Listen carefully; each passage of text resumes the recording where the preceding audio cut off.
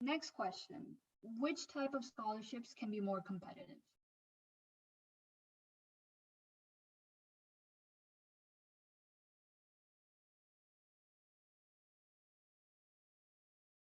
So the answer for this would be the scholarships which do not require essays.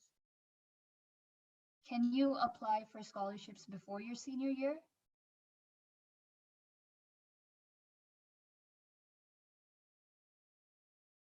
Definitely, you should not keep it till your senior year.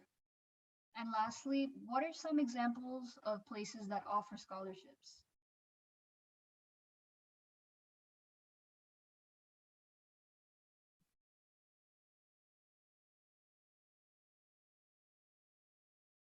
So there are university-specific ones, your hobby and circumstances, and if you're the child or dependent of a veteran, writing scholarships, leadership scholarships, and many more. Thank you. Okay, so now we're going to be taking a 5-minute break before we move on to the next section of our presentation. So I'm going to stop sharing my screen and play some music until we do that.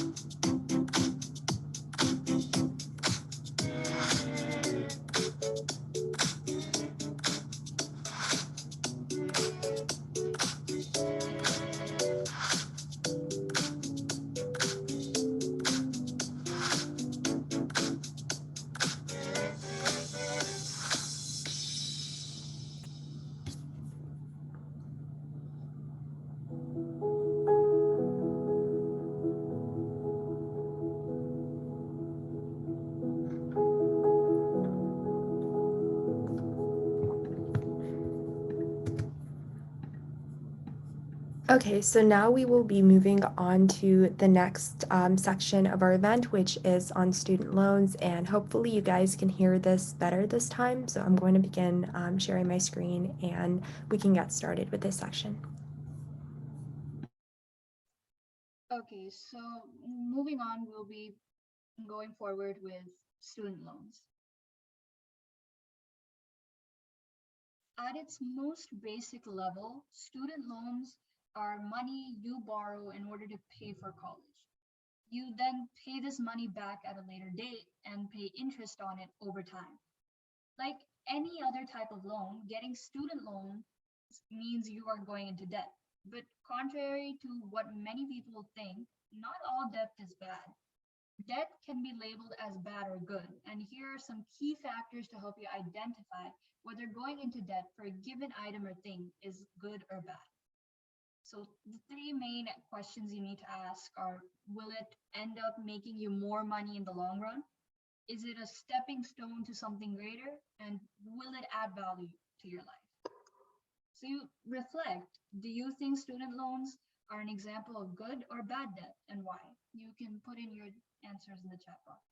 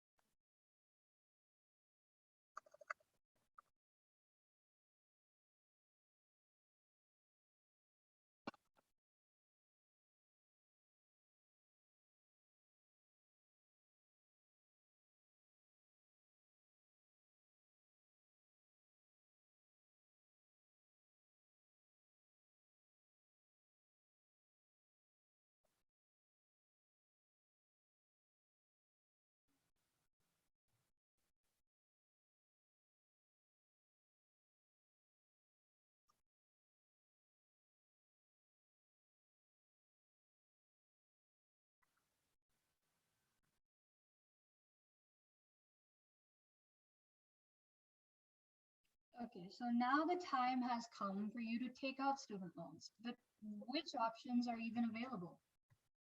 And which do you choose?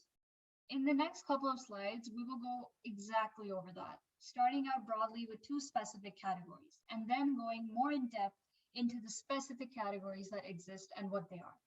Here's a quick look into the form of a flowchart.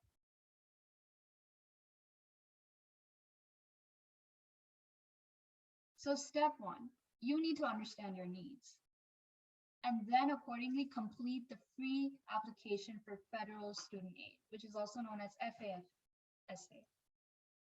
Then you need to understand and compare your options, and then understand the rough outline of your life after high school.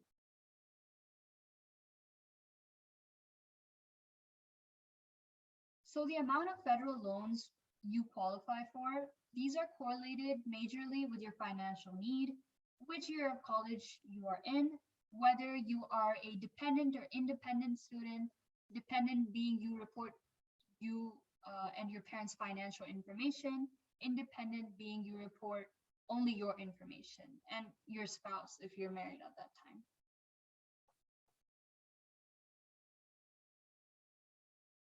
So how much support are you receiving from family members? It is important to have a conversation with your parents about this so you can gauge on how much they will be able to pay for your education. Then how much will you be receiving through scholarships or grants? Recall that in the last section, we went over the importance of scholarships. By receiving money through scholarships, you will be able to reduce the amount of debt you will go under, sometimes by a lot. Lastly, think about how much will your overall tuition, room, board, and textbooks cost.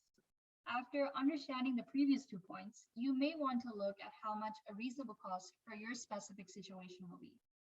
We will go over this more in depth shortly. After you have identified the first 2 points, add them together and subtract it from the total amount you will think that college will cost you during each year. Just like that, you have now identified how much you will need to receive in loans.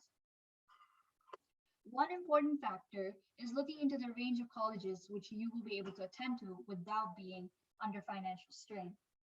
For instance, if a college costs 50,000 a year and you will need 30,000 in loans, it will be a much better idea to consider colleges which are less expensive, yet still offer the experiences and resources which you value and look forward to.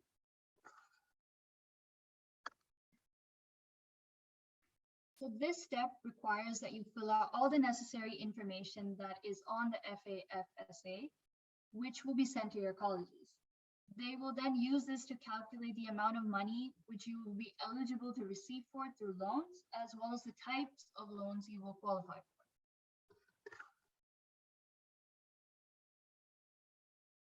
So imagine this situation. You are accepted into a college and they have sent you a financial aid package demonstrating the amount of money which you can qualify for. On it, it says that you qualify for two types of loans and you will be able to receive $10,000. However, based on your calculations from your previous step, you only require $8,000. So what should you do? Know this point where you can cancel any amount of student loans within the first 120 days without being charged any fees.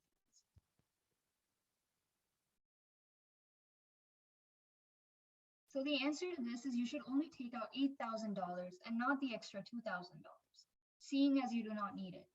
Just because it is available to you does not mean you have to use it, and it will be much better if you don't. This is because the more money you borrow, the more interest you will have to pay over time. Additionally, it will take you longer to complete pay off your debt, which is another way in which your money will accumulate interest. This is why it's so important to first calculate how much money you need, even before you see how much you're eligible to receive. In that way, you'll make sure you're not borrowing too much unnecessarily. It can be intimidating to know what you want to do after you graduate college. And yes, your plans will likely change by a lot after your experiences and any new discoveries which you will make. However, it's a good idea to create a rough idea of your financial life after you graduate so that you are aware whether you will be able to meet the monthly payments for your loans and pay them off without being under any heavy financial strain. Look at your intended major or general area of interest and see how much on average these jobs pay, specifically out of college. When you are taking out student loans, you are agreeing to paying them back even if you are not able to find a job after your degree. So you want to make sure that one, you're able to find a job, and two, have enough to contribute to your loan payments. Now we'll be talking about the types of student loans. So there's two here from the federal direct loan program. We have your direct subsidized loan, and the eligibility for this would be being a US citizen for undergraduate degrees, and it's based on financial need. So every year, the amount which you will qualify for will differ depending on the year which you are in, as well as whether you're a dependent or independent student. As for your direct unsubsidized loan, the eligibility stays the same, except you can also take it for graduate degrees. And every year, again, you will qualify for different, you qualified will differ depending on the year which you're in and whether you're a dependent or independent student. So the key difference between these two types of loans is that direct subsidized loans are designed to help students with a financial need, while unsubsidized loans are not. When you get a loan, it will begin to build up interest as soon as you get that loan. So with subsidized loans, the government will pay for this interest while you're in school and also the first 6 months after leaving school. However, unsubsidized loans charge you interest since the day you receive them.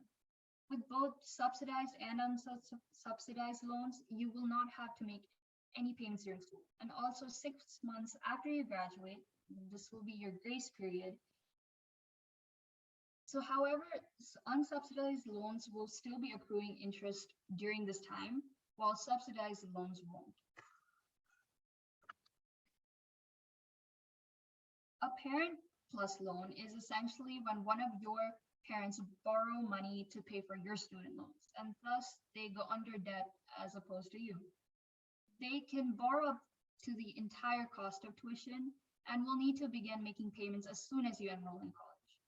In order to get approved for this loan, there needs to be a credit check.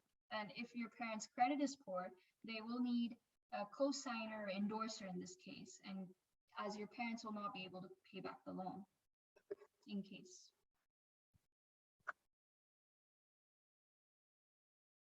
Let's say you have 3 different loans and are making monthly payments toward these 3 loans.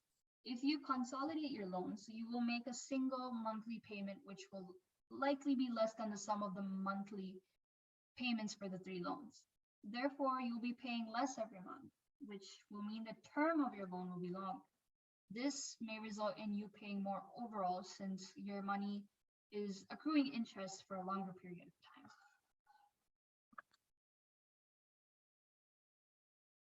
So this is when you borrow money from a private lender, such as some banks and companies. In order to get approved for these, you will need to have a good credit score. Otherwise, you will need to have a co-signer, which is a person who signs alongside you in case you are not able to make the payments. So it is available for international students who cannot get federal student loans. This would still require an American co-signer. And it is important to avoid private student loans unless there is absolutely no way to get more federal loans. This is because they do not offer nearly as many flexible repayment options and also often require that you make payments during your time in school. In conclusion, there are a variety of student loans available, and you may be eligible for more than one. By first understanding your financial situation and needs, and then taking out loans, you will be able to make decisions that not only help you pay for the cost of college, but will also make the repayment journey much easier for you once you have graduated. You should always aim to borrow money via federal student loans and only resort to private loans as your last option. Okay, so here we have a few questions to again test your knowledge. The first one is, what are the 2 main categories of student loans?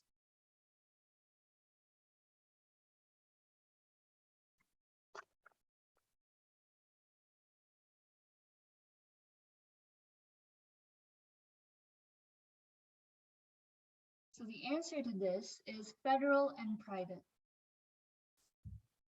Second question, what are some examples of federal student loans?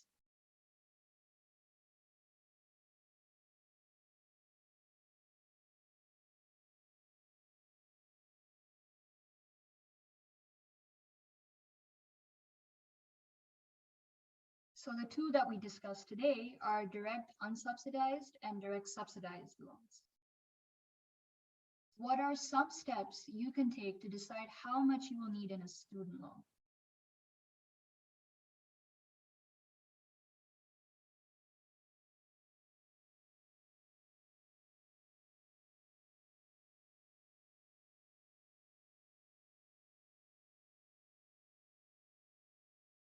So you can understand your needs, complete the FAFSA, and understand and compare your options, as well as create a brief, rough outline of your life out of high school. Lastly, which types of student loans should you try to avoid?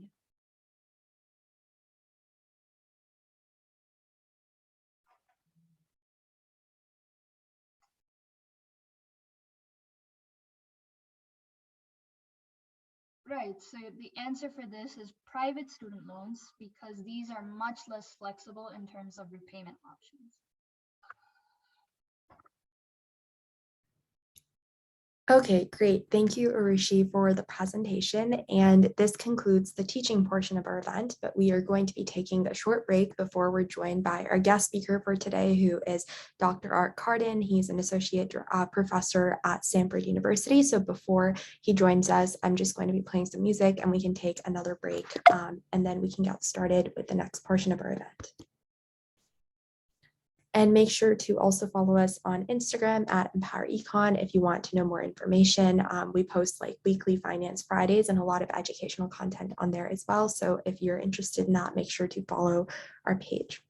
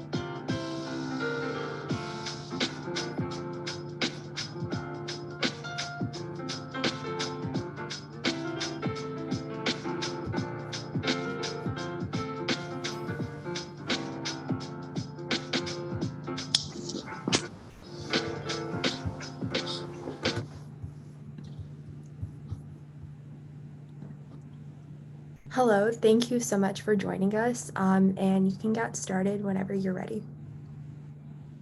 Sure. Yeah, let me call up my PowerPoint here, and I we can will. make you.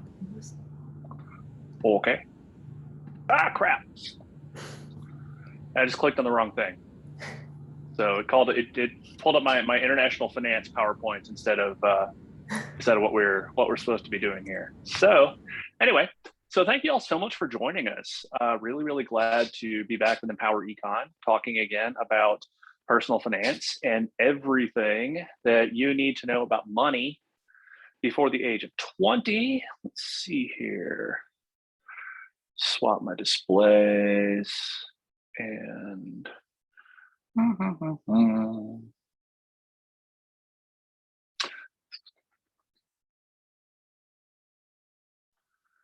share screen.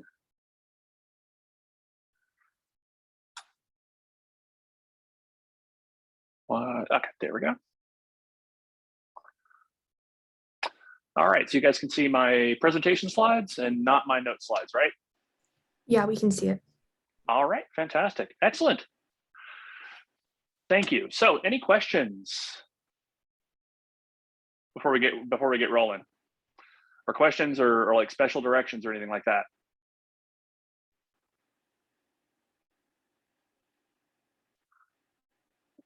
I would assume the answer is no. And so let's move on and say, so what you need to know about money before age 20. And Adaya says, that feeling when you were already 20, LOL. Oh, believe me, this is all stuff that I wish I'd known when I was 20, 21, 22, 32. I'm 42 right now. So there's an African proverb that says the best time to plant a tree is 20 years ago. The second best time is right now. So if you didn't know all this by age 20, the best time to know it, the best time to learn it, again, is right now. So my name is Art Carden. I teach economics at Samford University in Birmingham, Alabama. I also work for the American Institute for Economic Research and the Foundation for Economic Education, a bunch of other groups. And I give these presentations on what you need to know about money by age 20, because my hope is that if you take the tools that we're going to develop, if you really embrace these lessons, then you will never have to worry about money. And for a very important reason, specifically that by never having to worry about money, you'll be able to take care of the people and the causes and the things that really matter to you. So this might be you right now. And indeed, this was me when I thought about money when I was a lot younger, when I was, in middle school and high school and stuff. And I thought it was slick. It's like I was good at math and I had a job and things like that. But like deep down, I was really insecure about it because money's hard and it's complicated. And there's a lot of math and there's a lot of terms that get thrown around like 401k and 403b and IRA and mutual fund and Roth and blah, blah, blah, blah, blah. It can all be really overwhelming. But should you take the tools that we're going to develop and discuss today, this is you later, maybe not laying on a literal pile of money, but having a figurative stack of assets, making it once again so that you can take care of the people who matter to you, the causes that matter to you, and the things that matter to you. This is if you apply what you're going to learn today. And so you might be wondering, what exactly are we going to learn? Well, we're going to consider a few things. First, we're going to think about how to think about your choices. Okay, when people think about managing resources, they think about managing money, they think about investing and things like that. I want to kind of push it back a little bit and once again think about what I wish I had known about money before the age of 20, indeed in my early 20s, specifically how to think about your choices in terms of the value of your best alternatives. Second, once we've done that, we'll think about how to get rich with hardly any effort at all. Okay, and this sounds like a complete con, but I assure you it's legit. If you take the principles we're going to develop and invest well and invest wisely, then you will be a millionaire many times over by the time you reach the retirement age of 67 or 70 or whenever it is you decide to leave the labor force. Finally, I'll say a few things about where to find tools that will help you. Okay, a lot of great tools out there, a lot of wonderful things on the internet. This is just going to be sort of a discussion of principles, but I will we'll close off by looking at where to go to find specific tools that will help you with the nitty-gritty details. And by the time we're done, once again, you'll have what you need. You'll be armed with the knowledge you need to never have to worry about money. So you manage two things. You manage two things. We're going to talk about how you manage those two things. The first thing that you manage is your time. And the second thing that you manage is your treasure. You manage your time and you manage your treasure. If you manage both wisely, then you end up where I promised a little bit earlier, which is on the pile of cash. Let's say a few things. Let's say a few things first about how we manage time and how we think about managing our time. And one thing I wish I knew about money before the age of 20 is just how valuable my time is right now in my 40s, and therefore how valuable my time was when I was 16, 17, 18, 24, 25, 26, 30, 31, 32. Okay, I want to say a few things now about how we manage our time and then how to think about managing our time over the next little bit. And we're going to ask specifically, what is the cost of a Netflix binge? What is the cost of a Netflix binge? Today is Wednesday, which means that it's the day the new episode of Hawkeye came out on Disney Plus. And right before the webinar, I sat down with my kids and I watched the new episode of Hawkeye. Okay, so we want to ask, what does it cost to binge on Netflix for 5 hours? What does it cost to watch the new episode of Hawkeye, which is amazing, by the way? Okay. And how should we think about the value of our time when we're considering these alternatives? And the way that some people think about the cost of a Netflix binge or the cost of watching Hawkeye on Disney Plus is to say something like, well, okay, so Netflix costs like $15 a month, and there's about 30 days in a month, so it's about 50 cents a day, 24 hours in a day, which means a little over 2 cents an hour, and that's totally the wrong way to think about it. Or they might think about watching the new episode of Hawkeye in terms of what they pay to subscribe to Disney Plus, which is $7 a month, going to $8 a month soon. And so they do some division and things like that and say, okay, well, maybe it's a few cents. And that, again, is totally the wrong way to think about it. What you pay to subscribe to Netflix, or what we paid to subscribe to Disney Plus, is what economists call a sunk cost. No matter what we do, the fact that we've incurred that cost is not going to change. Disney is not going to give us a refund if I send them an email saying, hey, you know what, I decided not to watch Hawkeye this week. Can I get my $8 back or $7 or whatever it is? Netflix is not going to give you a refund. If you send them an email saying, you know, I've not been using Netflix, can I have my money back? The gym that I'm a member of is not going to give me my money back just because I haven't been going to the gym the way that I would like to. You want to think about the value of a Netflix binge or watching the new episode of Hawkeye in terms of the value of the best forsaken alternative. So what, you might wonder, is the next best thing you could do? And that then tells you what you're giving up in order to spend, let's assume, 5 hours watching episode after episode of, say, Stranger Things on Netflix. Okay, and if the value of your best alternative, okay, is the cost of a Netflix binge. So let's suppose, so Bob is the guy on the couch here. Let's suppose that we're thinking about Bob's alternatives. Bob could sit on the couch and watch TV, sit on the couch and watch Netflix. It looks like he's very happy, obviously. He's probably not wearing a shirt, he's smiling, but he's earning $0. He's earning $0 while he's watching Netflix. It could very well be that the value of Bob's best alternative would be working at a desk job where he would earn $25 an hour. In that case, if the value of his best alternative is $25 an hour and he spends 5 hours watching Netflix, then it costs him $125 to spend 5 hours on a Netflix binge. Maybe the value of Bob's best alternative is driving for a rideshare company like Uber or Lyft. Okay? In that case, maybe he could earn $15 an hour. He could earn $75. There, once again, the cost of the Netflix binge, the cost of a 5 hour Netflix binge is not $0 because you don't have to pay anything extra. It's not a few cents because that's the average cost of the Netflix subscription per hour. It is rather the $75 that Bob could have earned had he decided to forsake the opportunity to sit on the couch and watch Netflix and instead go drive for a rideshare. So we want to count the cost of the time that we're using by looking again at the value of the best forsaken alternative, which in this case for Bob could be $125, it could be $75. What I want to do now is consider a couple of quick objections and some things that you might be thinking about.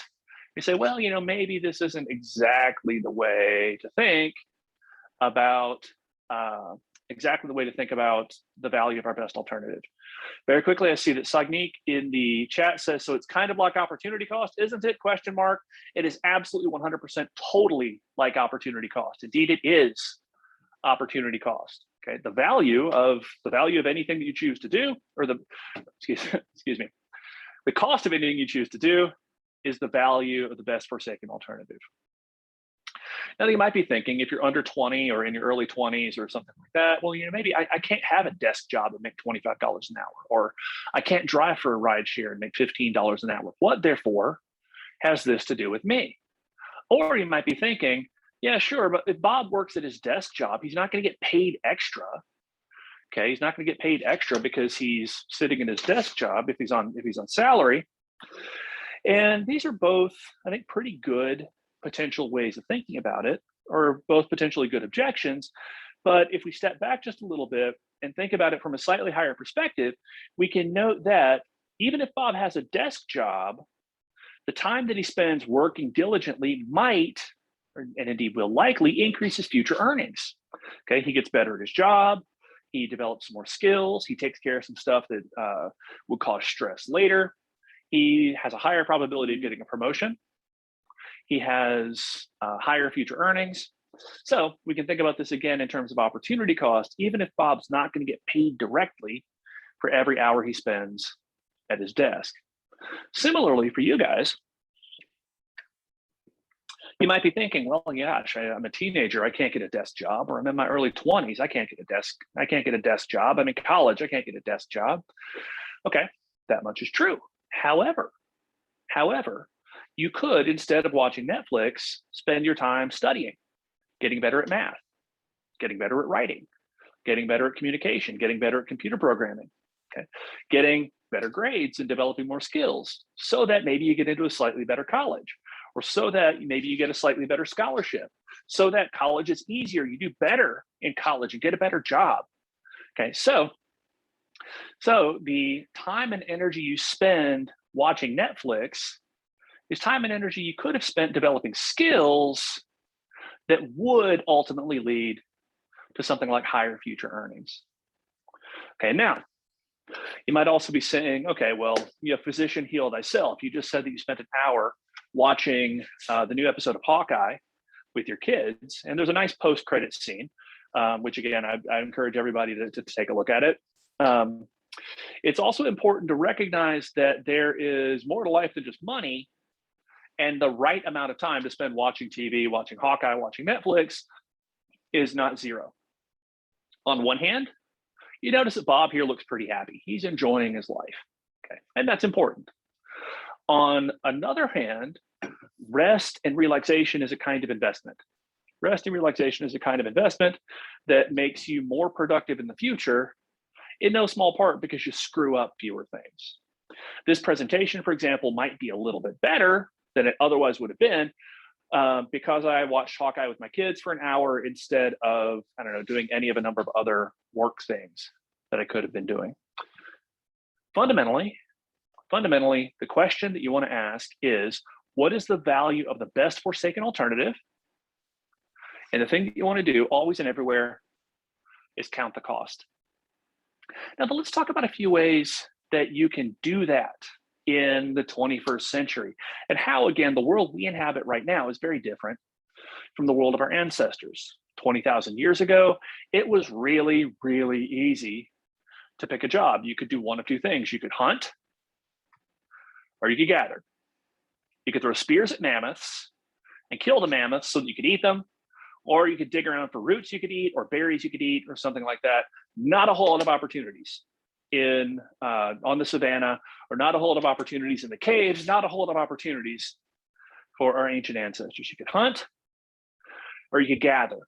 Things are a little bit more complicated today, you have a practically infinite array of possible opportunities. You have a practically infinite array of possible opportunities. Indeed, before I was 20, back in the 1990s, there are a whole lot of jobs. There are a whole lot of jobs that if you told me these would exist, when I'm pushing middle age or when I'm giving presentations like this, I'd have said, I have no idea what you're talking about. Social media management, for example. Data science. Okay, data science, I mean, it's been said that a data scientist is a statistician who lives in San Francisco. Okay, but there are a lot of jobs today that did not exist 20, 25 years ago.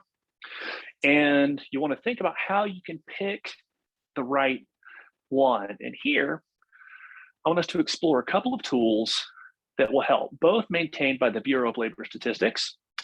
The first is the website of the Occupational Outlook Handbook, which if you just Google Occupational Outlook Handbook, this will tell you everything that you need to know or might want to know about a bunch of different occupations. Okay, like for example here, optometrists. A friend of mine in high school wanted to be an optometrist, and he ultimately became an optometrist. Had he consulted the Occupational Outlook Handbook at the time, which is now a whole lot easier to get your hands on because you can just Google it, then he might have made slightly different choices, maybe slightly better choices, and life would have been a bit easier. The second is the mobile version of the Occupational Outlook Handbook, and that is the Career Info app, which you can download for iOS, which you can download for Android. And once again, it will tell you a lot of different things about your options and about the fields you might want to go into. What I want to do now is compare three different fields, and think about, again, the value of our time and the kinds of choices that we make, the kinds of choices specifically that you make now, and what their consequences might be in the long run. I want to consider specifically jobs in food preparation, jobs in the arts, and the best job in the world, which is being an economist. So food preparation, frying chicken at Chick-fil-A, or asking, do you want fries with that, or running a cash register. This is sort of the classic standard quote unquote dead end job. You might have heard the expression McJob to describe options like this. And while it is true that two people working full-time in food preparation would, with the data here, have roughly median household income for, say, the state of Alabama, it's really not the kind of job or not the kind of career you want to get into if you want to raise a family. $11.41 an hour might sound great right now, but eventually you have kids and a mortgage. That's probably not going to get the job done. Does that mean, therefore, that you should never take a job in food preparation? Okay, and the answer is no, because food preparation jobs and things like that are often jumping off points into other occupations, or jumping off points into bigger and better things. When I was a teenager, I worked at a country club, and I remember one of the members of the club was an executive at McDonald's. And I remember hearing about how many people who were executives at McDonald's had started out, frying French fries or flipping burgers. I've done a lot of research on Walmart, and there are a lot of people who are like regional managers at Walmart who started out stocking shelves. Okay, so jobs like this, there might be good reasons for them. Okay, but I would not expect to be able to raise a family comfortably asking, do you want fries with that at McDonald's or Wendy's? Therefore, you might want to try to aim a little bit higher, prepare for something a little bit more. The second occupational group I'd like to consider is acting. And the reason I want us to consider this is because it illustrates a really important principle in labor economics called compensating wage differentials. Okay. And basically, the idea of compensating wage differentials is that fun jobs pay a little bit less, holding everything else constant, and harder jobs or more difficult jobs or more boring jobs pay a little bit more, again, holding everything else constant. Okay. Here, I want you to think about the kinds of ambitions and aspirations you might have. Maybe you want to go into the arts. Okay, that's fantastic. The arts are wonderful. My wife and kids are getting ready to go see the Nutcracker a little bit later today. Again, like I said, the arts are fantastic, but the problem with the arts here is that there's a very high supply of people who want to be actors and a very low demand for people to be actors. Median pay in 2018, about $17.54 an hour, which is better than frying chicken, but again, it's really not that great, and there aren't that many jobs out there. This is not to say by any stretch of anyone's imagination that you should not go into a career that you find fulfilling. You should not go into the arts because you're not going to make a whole lot of money. It's rather to say that if you decide on a career trajectory like that, you need to go in with eyes wide open and recognize that you're almost certainly not going to be Dwayne Johnson or Chris Hemsworth or Scarlett Johansson. You're probably going to be making $15, $16, $17, maybe $18 an hour. And if you're willing to accept that in order to indulge a passion, then by all means go for it. But like I said, go for it with eyes wide open. The last career that I want to think about, is career being an economist. And again, like I said, best job in the world. I love it. I probably make a lot less money as a college professor than I would if I worked on Wall Street or something like that. But being a college professor is a lot like being an actor. It's great fun and really, really, really intellectually fulfilling. But even still, economists make pretty good money. Median pay, and median is a property of a statistical distribution where half the population is below that level and half the population is above, is a little over $100,000 a year. So $50.16 an hour for economists.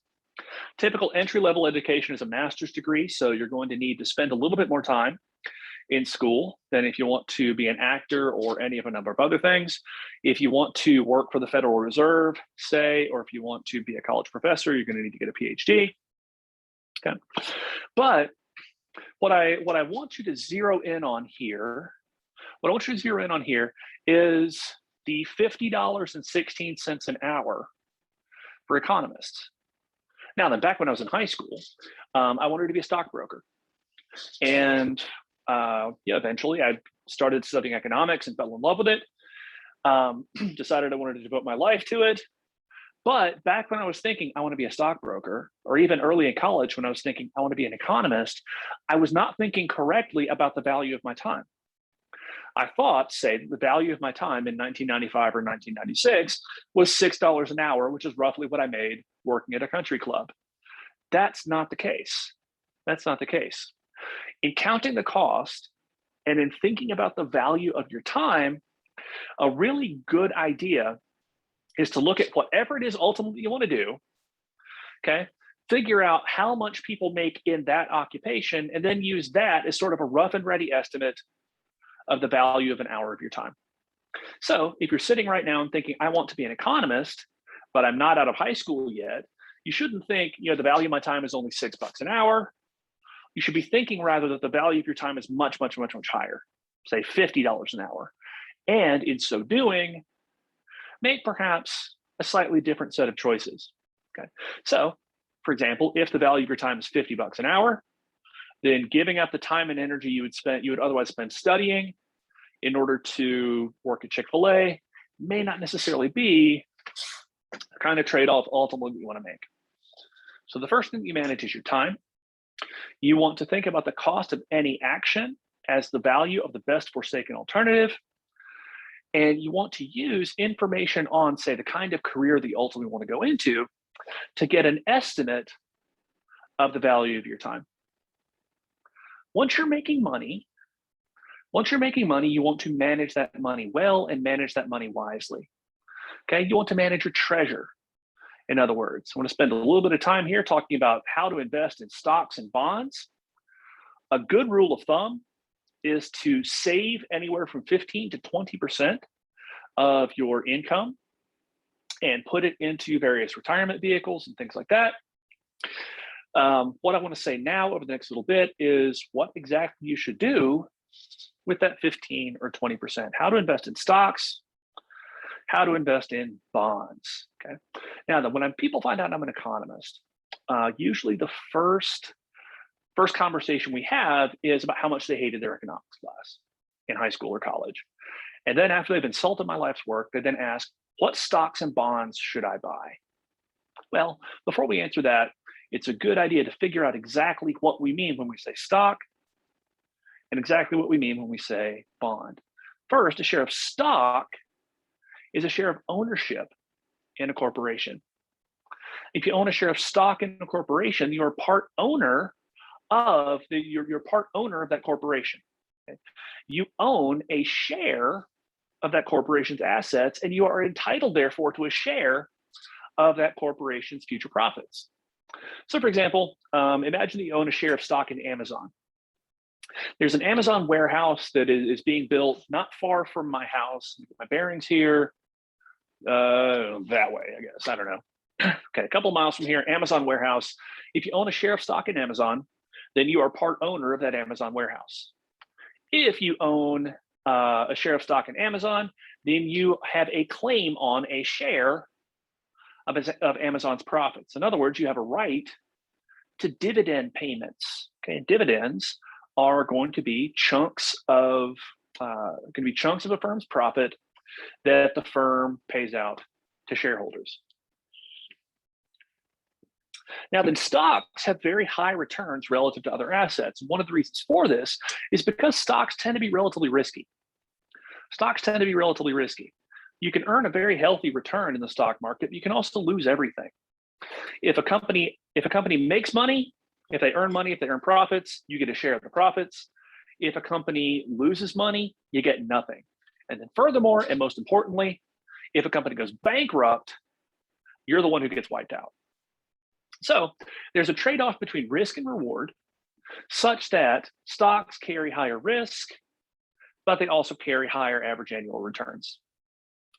Another kind of asset is a bond, which is a loan to a firm or to a government. Okay, Christmas is coming up a couple of days from now. Some of you may very well end up getting a savings bond for Christmas, which is just the greatest gift ever, I'm sure. And okay, not really. But if you get a savings bond in your Christmas stocking, then basically this is a loan that someone has made to the federal government on your behalf that entitles you to principal and interest payments. Okay. Furthermore, if you own a bond issued by a company like Amazon, then that basically means Amazon owes you money. You've lent them money, and you're entitled once again to interest payments and eventually the repayment of the principal. Bonds tend to be a lot safer than stocks. US Treasury securities are generally considered the safest assets in the world because at the very, very end of the day, and I hope it never comes to this, but at the very, very end of the day, the federal government can guarantee that they'll pay off their debts by simply printing money. Again, like I said, I hope it never comes to that, but US Treasury securities are very, very safe. And moreover, bonds are also safe because if an enterprise gets into trouble, then it's the bondholders who get paid first. Okay? It's kind of like, so bondholder money is the first money out after, in the event that things were to go bad. Okay, so if you lend money to Amazon and Amazon ends up going bankrupt, you can be pretty sure that you're going to at least get paid some of the money that you're owed and not get completely wiped out.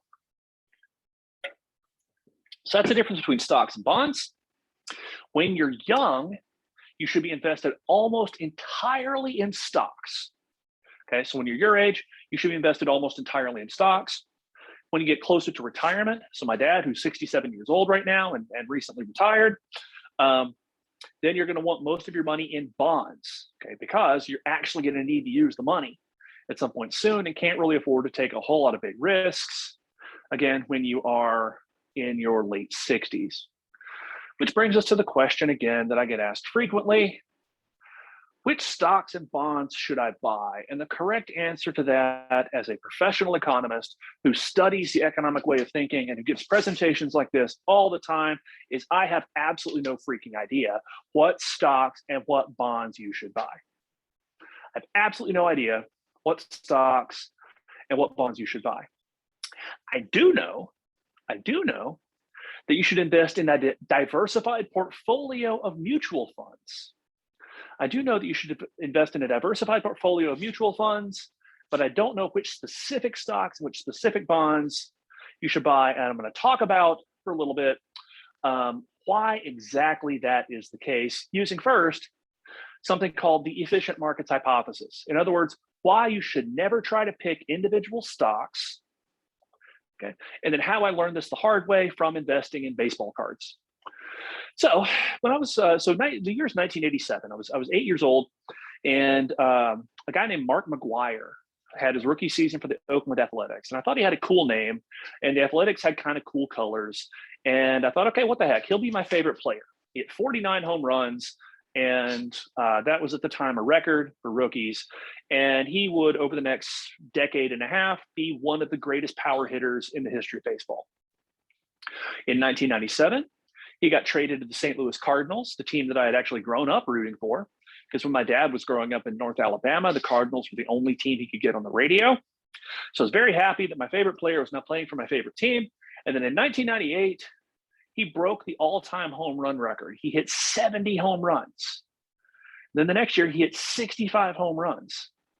And what was interesting about this in the kind of mid to late 90s is when McGwire would go to the plate, he would look like the Incredible Hulk swinging a toothpick. I mean, he hit bomb after bomb after bomb after bomb after bomb. Incredible home run hitter. Okay. After he breaks the home run record, all of the Mark McGwire baseball cards I had spent my earlier years acquiring increased in value and increased pretty dramatically. His rookie baseball card got up to about $200 or so in 1998. I was very happy because I had one of these. Okay. And things seemed to look really, really wonderful. If you know anything, though, about the history of baseball in the late 90s and early 2000s, you know that the reason Mark McGwire hit 70 home runs in 1998 was because he was using steroids. And the reason Sammy Sosa for the Chicago Cubs hit 65 home runs that year is because he was using steroids. And the reason why so many people were hitting so many home runs in the late 90s and early 2000s is because they were using steroids. Suffice it to say, the value of all of my Mark McGwire baseball cards fell through the floor, okay? Fell dramatically. And now they're worth, not nothing, but you can get a Mark McGwire rookie card for like $5 or $10 on eBay. Okay, it's the same card that would have been $200 in 1998. You can now get for like $5 or $10 on eBay. It would be a mistake, a terrible mistake, for me to look at this and say, oh, these Mark McGwire baseball cards were going for like $200 a piece in the late 90s. I should load up on them now because they're going to get back up to $200. Anchoring on a previous price is a mistake. What the efficient markets hypothesis says is that all publicly available information about the value of an asset is baked into its price. So if we think about the value of Mark McGwire baseball cards, everything everybody knows about his steroid use is already reflected in the price of Mark McGwire baseball cards. Everything that everybody knows about the value about his steroid use is baked into the price of Mark McGwire baseball cards, and that's what the $5 or $10 means. Okay. He's not going to go back and undo steroids. He's not going to change history, and Mark McGwire baseball cards are not going to go back up to $200 a piece. What does this mean for the stock market? It means that at any particular point in time, all publicly available information about the price of a stock is reflected in its price. Therefore, trading on the basis of publicly available information is not likely to be a good strategy. What you should do instead, again, is put money into what are called mutual funds. Okay. Once again, the question is, which stocks and bonds should I buy? Not specific ones, but put your money in mutual funds. And specifically for folks your age, mutual funds that target a stock market index like the S&P 500. So there are a bunch of different indexes. The S&P 500 is one of them that try to track the performance of the overall stock market. And one of the cool things that history teaches us is that we don't know which specific companies are going to be the big winners and which ones are going to be the big losers. Excuse me. But we do know over the last 75 or 100 years that the winners have tended to outpace the losers, and that the stock market very generally has returned 10, 11, maybe 12% per year. Okay. You don't know which companies are going to be the winners or which companies are going to be the losers Okay, but what the S&P 500 does, or what a mutual fund does, is it gives you ownership of a bunch of different stocks. It gives you ownership of a bunch of different stocks, and that then provides you with what is called diversification. So first, efficient markets hypothesis says you probably can't beat the market, so don't even try. Diversification says spread your risk. You probably heard the expression, never keep all of your eggs in one basket. Well, what you want to do, again, is put your money in a bunch of different assets. Okay, put your money in a bunch of different assets so that you don't lose it all when things go belly up, kind of like I did when I was in high school. Again, when I thought I was slick, I got a couple of hot stock tips. Two companies, someone that I knew and I guess trusted, said, these are going to be the next big thing. I said, okay, fantastic. I consider myself a savvy financial guy. I'm going to put $1,500 in these two companies. Okay. And they both went belly up. I lost my $1,500. First, I tried to pick individual stocks. I did not internalize the lesson that I have just tried to teach. Second, I put all of my eggs not in one basket, but in two baskets. Put all my eggs in two baskets. Oh, so this is a fantastic question in the chat about investing in stocks at our age. Hold on to that for just a second, and I'll come back to that. So $1,500 in an undiversified portfolio of two companies, both of which went belly up, and now I have nothing to show for it except the story I tell when I teach about personal finance. Had I taken that $1,500 and put it in mutual funds, I'd have a lot more than $0. And the story I would be telling would be, I decided not to make this terrible choice, and now I have a lot of money to show for it. But alas, I was young, I was dumb, and sometimes the lessons you learn when young and dumb are the best ones. So what kinds of mutual funds specifically again? There's something called a life cycle fund. And the way a life cycle fund works is it does all of the really, really hard work. Okay, it does all the really, really hard work of rebalancing your portfolio automatically. Okay, and specifically, like I said earlier, when you're really, really young, you should have almost all of your money in stocks. And then when you're older, you should have almost all of your money in bonds. Okay, so the way the life cycle fund works is you might say start with an employer-sponsored retirement plan. And you say, okay, I'm going to retire in about 45 years. So let's suppose, for sake of argument, that you get out and you get your first job in the year 2030. And then you look out 45 years and say, okay, I'm going to retire in the year 2075. So you contribute to a life cycle fund targeted at a retirement date of 2075. And what that does then is it puts almost all of your money into stocks initially, and you keep contributing. But as you get closer to your targeted retirement date, it automatically rebalances so that by the time you get to retirement, it's almost entirely in bonds. When I was younger in the 1990s, this guy named Ron, I can never remember his last name, but he had this company called Ronco. And one of his products was this little chicken or a little rotisserie grill. You like stick a chicken on a hook and you put it in the little thingy and you push a button. And then 45 minutes later, you've got a roast chicken. And his tagline for this was set it and forget it. And life cycle funds are basically the set it and forget it approach to retirement investing. You pick the percentage, or you pick however much you want to contribute every month. That just goes in, and then the fund managers do the hard work for you. The fees for these things are very, very, very, very low. And again, like I said, it's a great way to get instant diversification that moves toward your financial goals. Now, I want to throw a couple of terms at you before we finish and I start answering some questions. So you have, and I mentioned earlier that there are a bunch of things that get thrown around like IRA, 401k, and 403b. So go ahead and write these down, if you will. IRA, which stands for Individual Retirement Account. Okay, you can just invest in that whenever you want to with a company like Vanguard or Fidelity. Second, a 401k is an employer-sponsored retirement plan in the for-profit sector. And the third, a 403B, is a employer-sponsored retirement plan in the nonprofit sector. And the way that these usually work is you enroll in your employer-sponsored retirement plan, and then you are allowed to pick. You can just pick from different mutual funds or from different retirement vehicles. Okay, and again, like I said, you probably want to put 15 to 20% of your income in one of these things.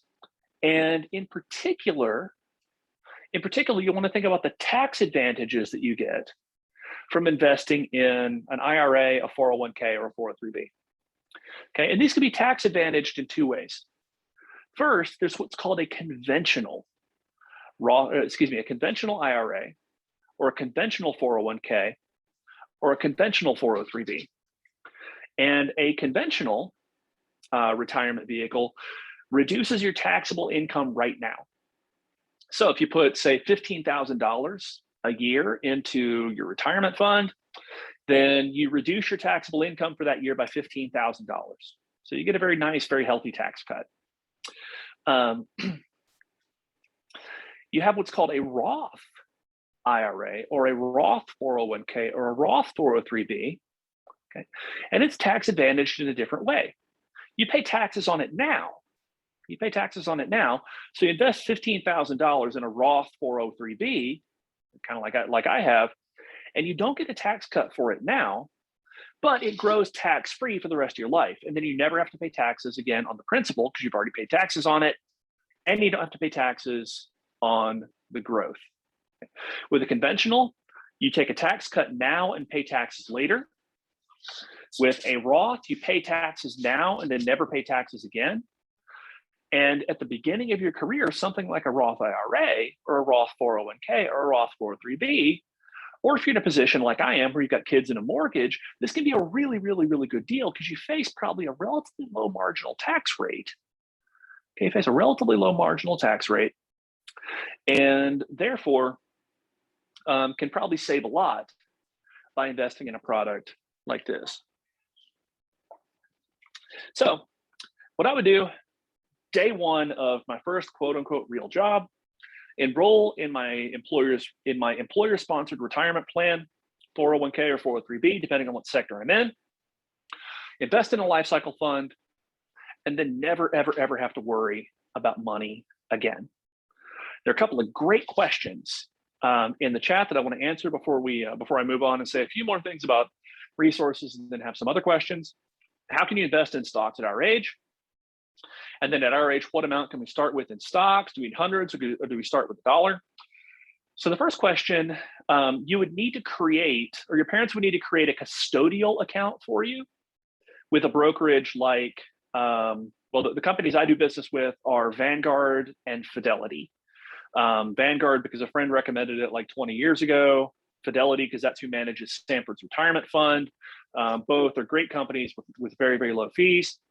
You could get your parents to open a custodial account for you. And basically both your names are on it, and your parents just kind of handle all the legal mumbo jumbo.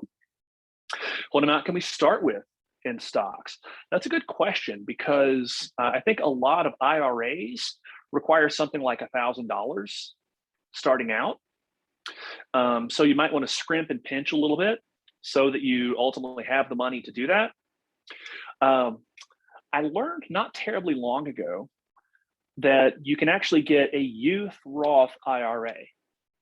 So any money that you earn for like mowing grass or babysitting or something like that, you can contribute that to a youth Roth IRA. I don't know the details on it now. I've been meaning to get them set up for my own kids, but have frankly been lazy and have been dragging my feet on it. But I think there you can start with relatively small amounts. Similarly, with apps like Robinhood, you can invest very, very, very small amounts in what are called exchange traded funds. So these are mutual funds that can trade on stock exchanges and things like that. So yeah, you can get started early. The conservative and probably wise thing to do would be to kind of hold money in a bank account until you've got like $1,000 or whatever, so you can actually start an account with a Vanguard or Fidelity. Or again, you can look and see what you can do with an app like Robinhood and trade very, very, very small very, very small amounts. The most important things too. One, be very, very clear on the value of your time. Be very, very clear on the value of your time. And two, get started, or make sure you get started kind of as soon as you get a quote unquote real job. Okay. Another question in the chat: how can one go ahead and start with Vanguard or Fidelity? With Vanguard, you go to vanguard.com, or Fidelity, you go to fidelity.com and just follow the directions. Let's see here. What you might want to do is sit down with mom and dad and look into, again, trying to open something like a youth IRA or a youth Roth IRA, which again, like I said, I need to get these set up for my own kids, but it's all relatively straightforward. It's all relatively straightforward. You can, so the way that my Vanguard account works right now, the way my Vanguard account works right now is it just draws $50 a week out of my checking account. And that's in addition to what I already contribute to my employer-sponsored retirement plan and things of that nature. Okay, so you can attach it to your bank account. And again, like I said, you can automate all the hard work. Okay, so someone asks, what makes an investing app or website trustworthy, like Wealthsimple or crypto? Reputation. Reputation and legal liability. So Vanguard and Fidelity, for example, are both, they're both old, they're both huge, they both have enormous amounts of money under management, and you're not going to attract a whole lot of business in the future by screwing people. So yeah, I generally want to err on the side of going with large trusted brands. I have a Coinbase account for cryptocurrency. I've just been sort of playing with that. Kind of parenthetically. So I mentioned playing with Coinbase. It's one of those things where, like, I get a certain amount of, I get free crypto for answering questions and like watching some videos and stuff like that. When I say playing with, you can sometimes you can think about things like Robinhood, you can think about things like Coinbase or whatever as being kind of substitutes for playing Candy Crush. So like you don't get paid at all for playing Candy Crush. There might be at least some financial return to Robinhood or Coinbase or something like that. Let me see here. See if I can find my Coinbase affiliate link. No, do that later. But yeah, again, you want to go probably with large trusted brands. Now then, where can you find additional resources that will help? Google is your friend. The St. Louis Fed has a budgeting 101 class that I think will help you a lot as you think about how to manage your cash flow. Mint.com is an app and a piece of software that I use to manage all of my accounts. There are, again, here a bunch of other things that will help you with some specific things. LearnLiberty.org personal finance. I did a course for them several years ago. Marginal Revolution University at mru.org has some great resources, in fact, from which I draw some of the lessons that we've discussed today. Lots of really, really, really great resources out there. And I'm happy to answer any questions that you guys have in the time we have remaining. See, so there's one question here. So we do our research before we trust anyone if they aren't large and trusted. I would just say go ahead and go with large and trusted. Go ahead and go with large and trusted. Vanguard, Fidelity, T. Rowe Price, Charles Schwab, lots and lots and lots and lots of low fee, large financial organizations. I don't know a ton about Robinhood. I have a Robinhood account that I haven't really done anything with, but they also do not strike me as places that are going anywhere or firms that are going to do a whole lot of defrauding. So large and trusted, just make life as easy as you can make it and don't do more work than you have to. So if there are people who are, people you trust are already doing business with, then you can probably trust them. Again, like I said, I do business with Vanguard and Fidelity. I have no reason not to. And my hope is that the next time I give a presentation like this, I'm not saying, for the love of God, don't trust Vanguard and Fidelity. They skinned me completely. If we do not have a paying job right now, should we wait until we do have one to start an account? That's going to depend. I think you would actually need earnings to start like a youth Roth IRA. If you have $1,000 or if you have whatever the minimum is for Vanguard or Fidelity, and if your parents or grandparents want to be generous, then you can say, hey, let's go ahead and get this started. Then yeah, I would suggest going and getting started now. Let's see, these places require KYC and can citizens from all over the world make accounts? I don't actually know. That's a really, really good question. I don't know what, yeah, I'm not sure about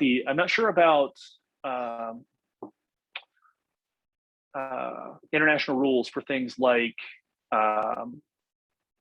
Vanguard and Fidelity and things like that. So Roth IRAs, for example, these are provisions in the American tax code.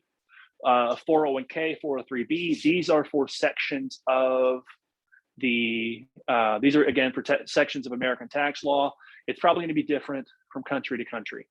Okay, and I've got basically the same question. KYC, I'm not sure what KYC stands for either. Know your customer. Oh, know your customer. Good question. Good question. I frankly have not really looked into it. Okay. Well, as I understand, know your customer. It's not quite client verification, which a lot of places are going to want client verification because they're not going to be laundering money. Know your customer rules in the United States are basically deputizing financial organizations to engage in financial spying, but that's a totally different discussion entirely. Okay. Other questions?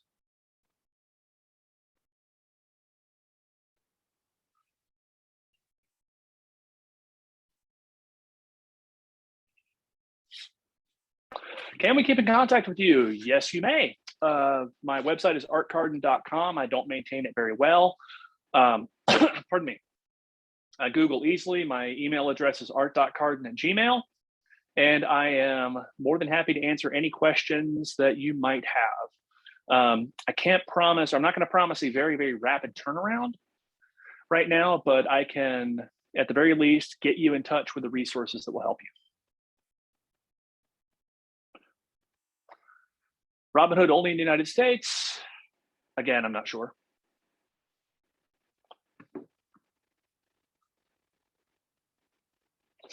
Other questions? A lot of these things, like actually, if you're outside the US, then you can I'd imagine it Googles pretty easily.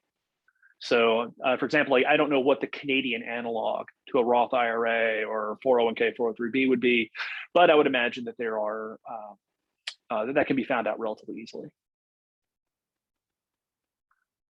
Okay. One personal question, what's the best thing about your occupation? I'm really curious to know. Okay, that's a really, really, really good question. I get to do pretty much whatever I want to do. I get to do pretty much whatever I want to do. I get to think about things I find fascinating. I get to read about and write about things I find fascinating, and I get to talk about things that I find fascinating. I have an enormous amount of flexibility. Like, so right now, for example, I'm sitting in my home office. The semester's over. Like I said, I can do pretty much whatever I want to do. As long as I show up for my classes and my office hours and do a pretty good job with those, then again, I get to think about, read about, and write about whatever I want. So an enormous amount of personal freedom. Where would youth find jobs? Okay, where would youth find jobs? Well, you know, McDonald's, for example, I think right now is offering like 13 or 14 bucks an hour. So that's a possibility. I actually hired my 13-year-old this summer to work as my research assistant. So, so that was some, you know, I had him do that, and I'm going to set him up a Roth 401k. No, excuse me, pardon me, a youth Roth IRA based on what he earned for me. Where you are right now, the best use of your time and energy, frankly, is probably going to be doing things like working on communication skills, getting better at math, and working on things like learning computer languages and stuff like that.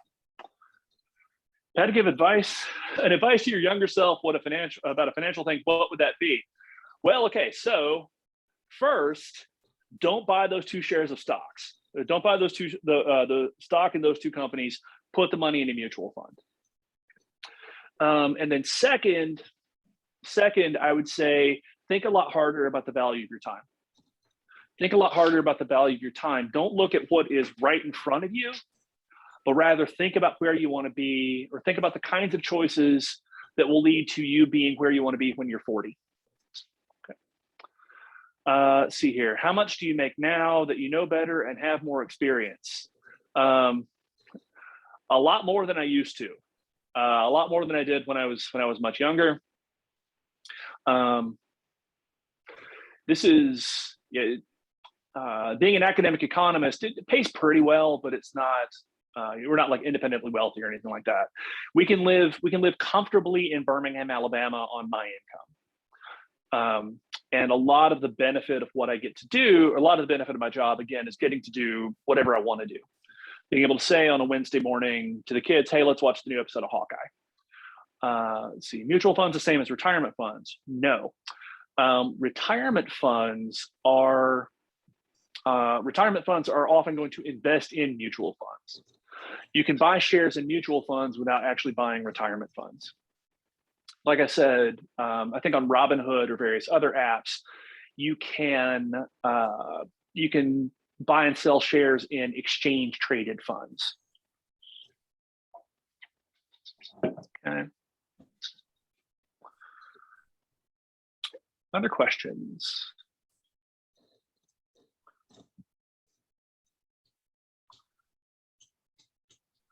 Per the question here about how much I make now that I know better and have more experience, I wonder if I've wondered before if I've actually made enough money now from telling stories about my own financial misadventures that it actually makes up for the cost of having made those mistakes. How to get financially independent at a young age? Work really hard on the right things.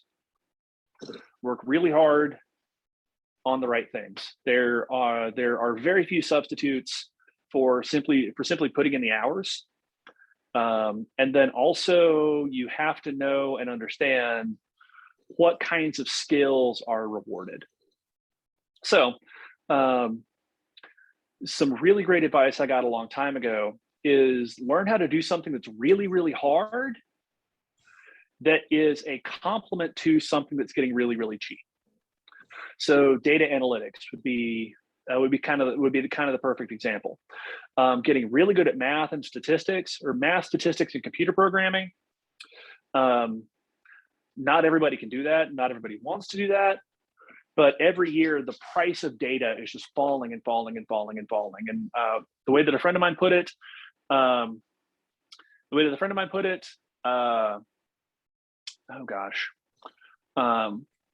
data is the oil of the 21st century. Social media, YouTube would be a good investment of time when you're young because YouTube pays after a while, like passive income. That's a really good question.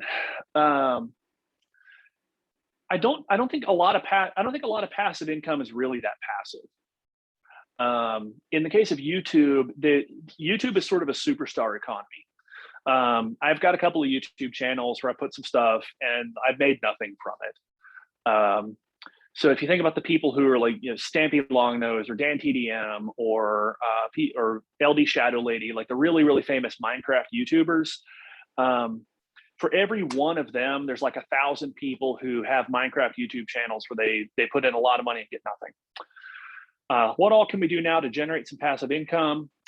I would focus right now not on generating passive income as much as I would focus on building the skills that will make it possible to increase your earnings in the future. First, whatever money you do have, invest it if you can. Second, don't consume a lot. Third, again, like I said, get good at math, get good at communication. Other questions?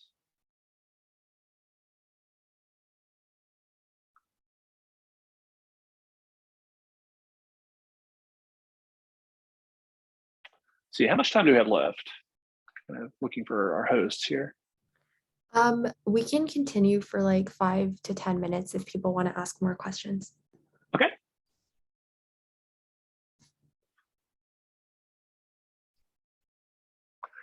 Okay, yeah, learn a skill and try to earn something from that. Yeah, absolutely.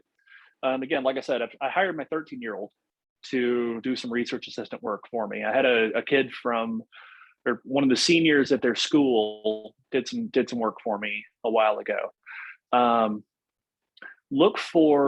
Try to be alert to opportunities like that. When you're a teenager, a lot of the payoff is going to be deferred.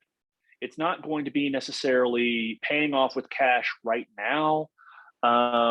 Rather, it's going to be probably building skills that will pay off in the future. Would internships be a good thing to learn experiences? Yes, absolutely. Absolutely 100%. If it's not making coffee or making copies, okay, then that could be a good thing. Volunteering, okay, that's a similar kind of thing. Volunteering can be useful as a way of acquiring some sort of job market soft skills, but again, I'm not sure.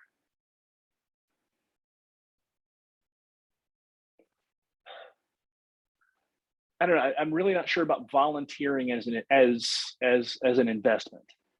And frankly, I'm really not that sure about volunteering as service either. But that's a different discussion. How do we get internships at our age? First thing is just be alert. Look for people who do things that you think are interesting and try to get in touch with them. Second, look for, say, folks that your parents know who have, work for your parents, or folks your parents know who might need work done or something like that. It's hard to do. It's hard to do as a teenager, but it's doable.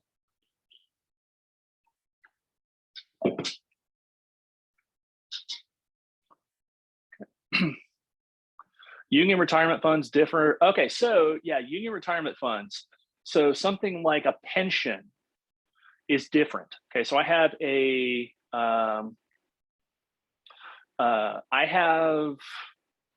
defined benefit pension in part through my employer. And with a pension, you don't actually own an asset. Okay, with a retirement fund, with retirement funds like 401ks and 403bs, you actually own something. With a pension, you're promised payments. You're promised payments after you retire. Volunteering can be good. Making infographics for an organization, you can learn about design. Yeah, there are all sorts of different things you can do. All sorts of different things you can do. The world is your oyster. There's no one right thing to do. Okay, there's no one right thing to do. Just do it well, do it diligently, and do it with an eye on the future. Are buying properties good investments? I am going to say no, unless you have a particular knack for real estate management. I would say no. Put your money in mutual funds. Rental properties look cool, but they are, as I understand it, a gigantic pain in the neck. And if you put a lot of money into rental properties, then that is first of all, you're not diversified the way that you should. Second, if you really want to get into real estate, then you can buy shares in real estate mutual funds.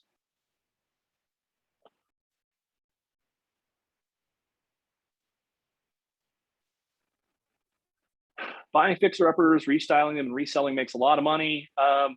It could be. That could happen.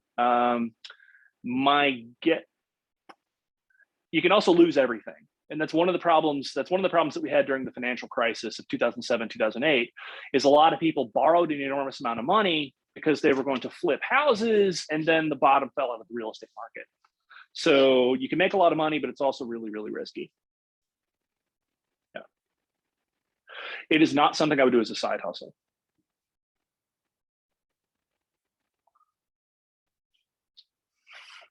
One of the problems with trying to get rich really, really quick, or kind of looking for something that's going to be a goose that lays golden eggs, is that they're few and far between, and it's really easy to get caught up in success stories without recognizing that there's a lot of failure along the way as well. Buying a house and renting out rooms, again, probably more trouble than it's worth. Again, for the people who are in this webinar. Several years ago, we had somebody from church who lived with us, and she paid us a few bucks, and that was cool. But I don't know that I would think about that as a way to make a lot of money.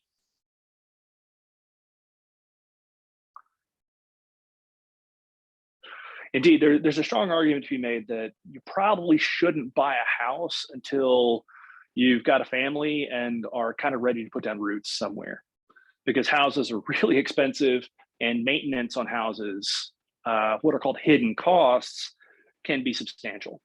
So the return on investment in owner-occupied real estate is pretty low.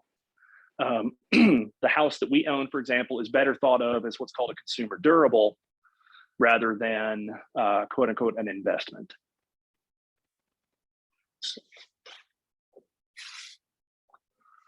Any other questions?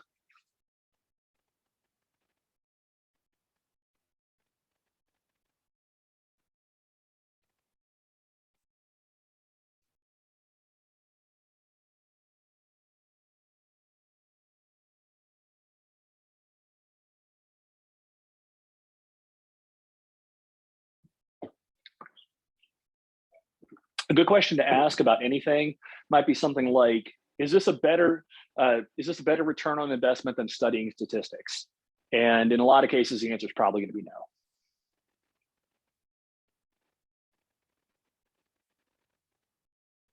Anything else?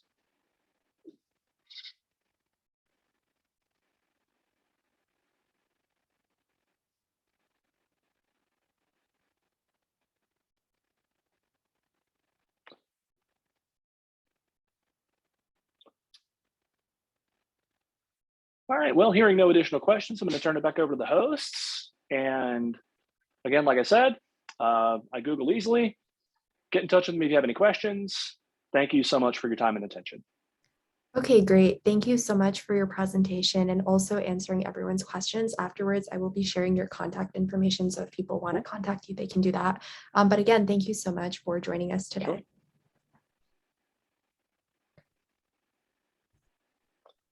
Sure. Okay. Thank you.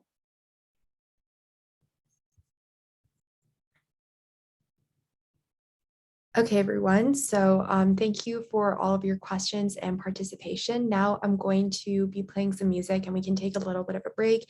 And then we will be doing a pay for college simulation that is around student loans that complements everything that we've learned today. And we are running a bit short on time, so I don't think we're going to be able to do breakout rooms today, but that is something that I'm going to be putting in tomorrow's schedule. So I'll just play some music right now and we can take a break.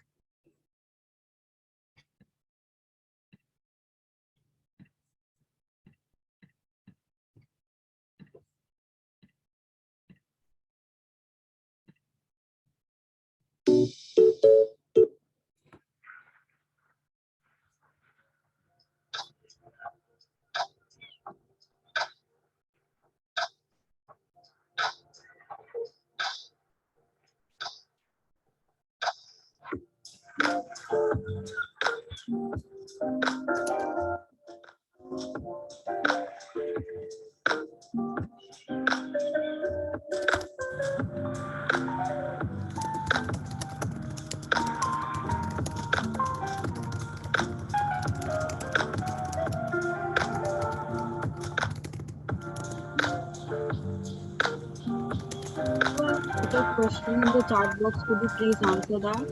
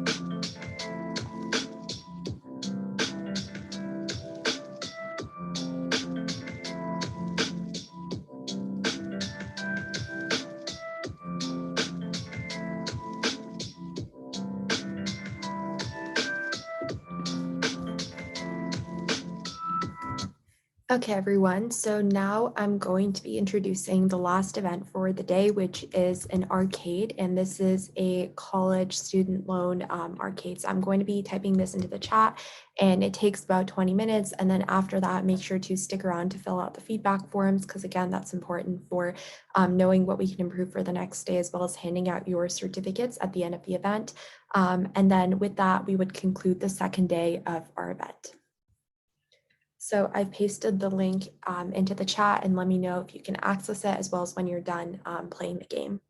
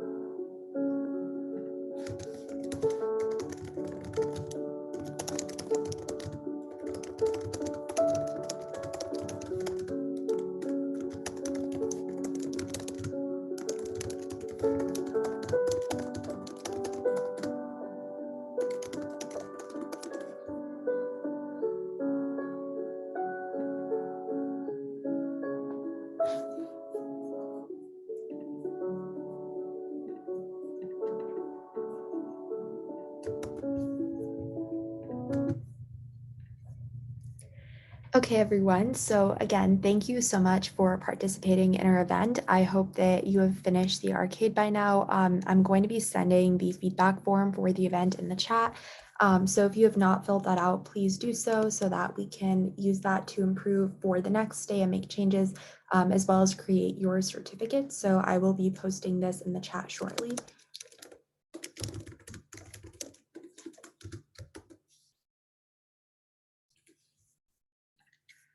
So feel free to share any thoughts that you may have, and I'm going to continue playing music. And after you filled out the forms, you are free to go. And again, thank you so much for participating in day 2 of EmpowerEcon's Winter Financial Literacy Camp.